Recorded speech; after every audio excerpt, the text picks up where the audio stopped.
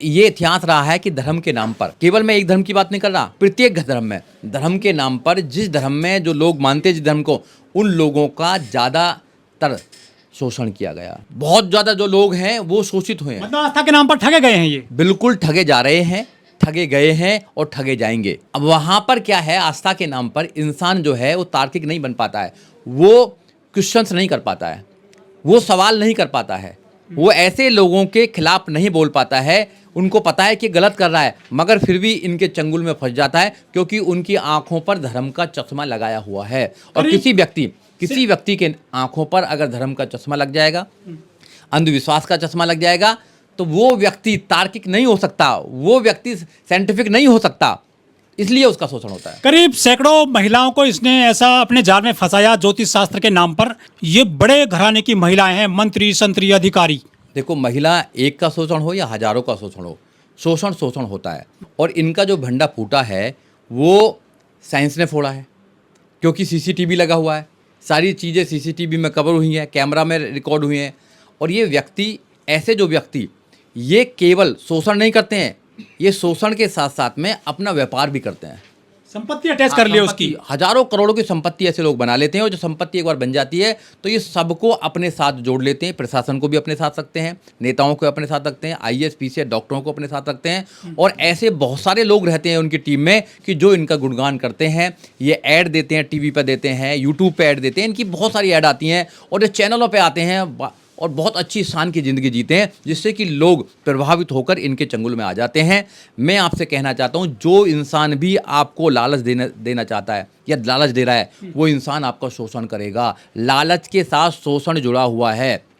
किसी भी धंधे में, किसी भी काम में, अगर कोई व्यक्ति आपको 1% भी लालच दे रहा है या आपको कुछ बनाने का काम कर रहा है, वो व्यक्ति दूसरे टाइम में आपका शोषण करेगा। आपको समझना होगा, अपने बच्चों को, अपनी महिलाओं को, अपने बेटियों को, अपने जो लोग आसपास के लोग हैं, उनको आपको सशक्त करना है और उनको आपको जागरूक करना है, अवेयर करना है कि ऐसे लोगों के चक्कर में ना फंसें। अगर ऐसे लोगों के चक्कर में फंसते रहेंगे तो उनका शोषण होता रहेगा, वीडियो बनती रहेंगी, उनको फिर थ्रेट किया जाएगा, उनको ब्लैकमेल किया जाएगा और उनका जीवन समाप्त कर दिया जाएगा। और ऐसे बाबा मौज लेते रहेंगे और ऐसे बाबाओं का कुछ होने वाला नहीं है। देखिए, ये जो वीडियो है देश में पहली बार नहीं आई है, ये समय समय पर सीसीटीवी आती रही हैं या वीडियो आती रही हैं। ये सिस्टम ऐसे लोगों का है जो लोग अंधविश्वास फैलाते हैं देश के अंदर, जो बाबा हुए या ऐसे जो ज्योतिष अपने आप को बोलते हैं, एस्ट्रोलॉजर बोलते हैं, वो लोगों को बहकाते हैं, उनका माइंड वॉश करते हैं, उनको बड़ी बड़ी चीज़ें का लालच देते हैं और फिर लोग उनके बस में आ जाते हैं। तो ऐसा पहली बार नहीं आया, फिर उनका शोषण करते हैं। ऐसे ही शोषण के चक्कर में बहुत सारे लोग जेल में भी हैं, जिनमें आसाराम है, राम रहीम है, बहुत सारे लोग हैं। ये जो अंधविश्वास का धंधा है, ये विश्वास पर टिका हुआ है और देश में ऐसे लोग बहुत सारे घूम रहे हैं जो लोगों को किसी काम के लिए वो इन्फ्लुएंस करते हैं और ऐसे सपने दिखाते हैं कि वो ऐसी जड़ी बूटी देंगे या ऐसी दवाई देंगे या ऐसा कुछ करेंगे वो, या ऐसे काला जादू करेंगे कि उनका सारा कुछ बदल जाएगा।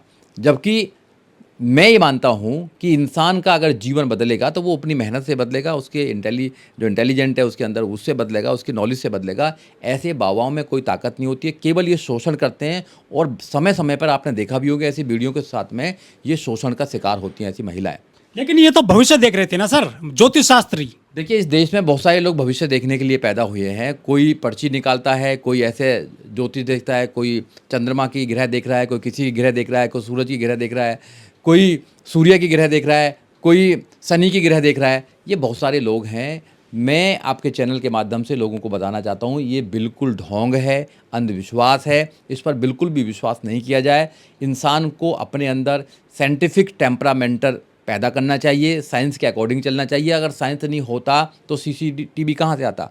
अगर साइंस नहीं होता तो सीसीटीवी अगर नहीं होता तो ये जो लोग हैं, इनकी जो पिक्चरें कैसे उसमें कैप्चर होती। हर इंसान आज फ़ोन लेकर चल रहा है, उसमें कैमरा है, हर इंसान वीडियो बनाता है, हर इंसान समझता है कि ये झूठ बोल रहा है, सही बोल रहा है। बहुत से लोग तो स्वर्ग में प्लॉट काट रहे हैं, बहुत से लोग कुछ कर रहे हैं। तो ये अंधविश्वास का धंधा है और ये धंधा आज से नहीं है, हज़ारों सालों से इस देश में चल रहा है। इसी वजह से देश अनपढ़ है, देश गरीब है, देश के जो लोग हैं वो भुखमरी की कगार पर हैं। यहाँ जातिवाद है, यहाँ धर्मवाद है, यहाँ क्षेत्रवाद है, यहाँ जातिवाद है, या बहुत कुछ वाद है, मगर उन पर कोई बात नहीं करेगा।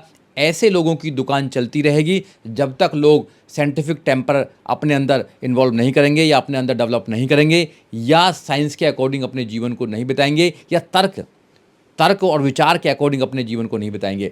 हम लोगों को इस देश में तर्क के साथ में जीना चाहिए। अगर कोई बात तर्क से अगर कट रही है तो उसको काटना चाहिए। ऐसे ढोंगी लोगों के खिलाफ हमको एक अभियान छेड़ना चाहिए, पूरे देश में छेड़ना चाहिए।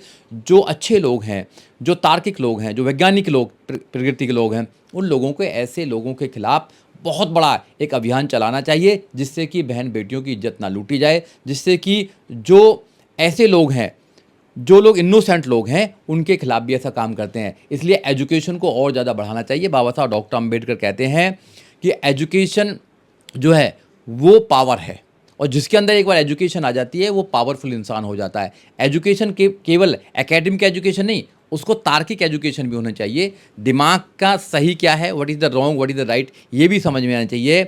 और एजुकेशन जो है वो इंसान को इंसान बनाने का काम करती है। ये जो लोग हैं, अंधविश्वासी जो लोग घूम रहे हैं, जो अच्छे एजुकेटेड लोग हैं, तर्क वाले एजुकेटेड, उनके सामने टिक नहीं पाते हैं। इसलिए ये इनोसेंट और जो लोग कम दिमाग के लोग होते हैं, उनको ही बेवकूफ़ बनाने में कामयाब होते हैं। लेकिन सर ये तो भविष्य देखते हैं, आने वाले कल की बात करते हैं। देखिए, मेरे जैसे लोग तो विश्वास नहीं करते हैं, मगर इस देश में लाखों लोग विश्वास करते हैं।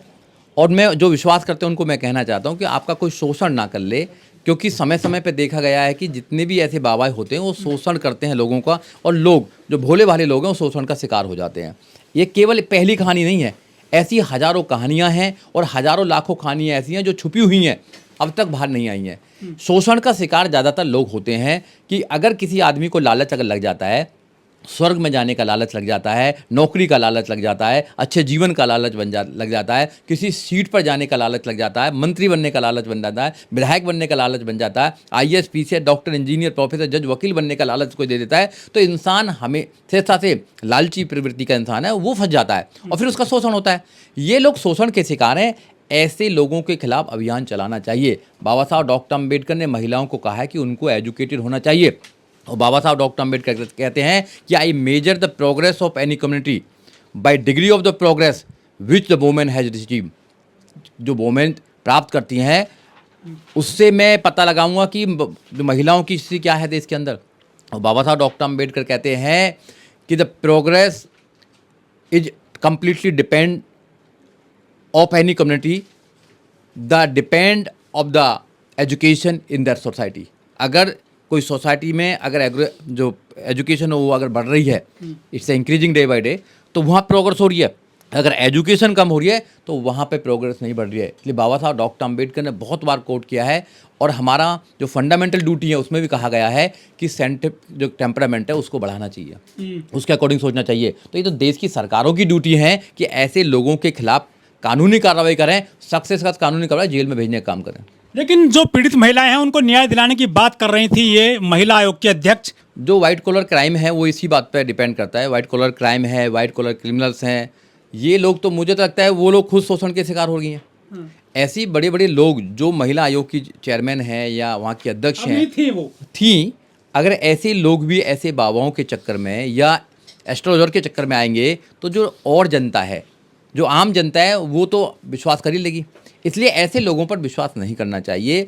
मेरा ये कहना है कि इस देश में लोगों को उदाहरण लेना चाहिए आसाराम बापू का, कि उन्होंने लोगों के साथ क्या किया और जेल में हैं। उन्होंने शोषण किया, जितने भी उनकी शिष्य थी सबसे ज़्यादा शोषण किया, आज जेल में।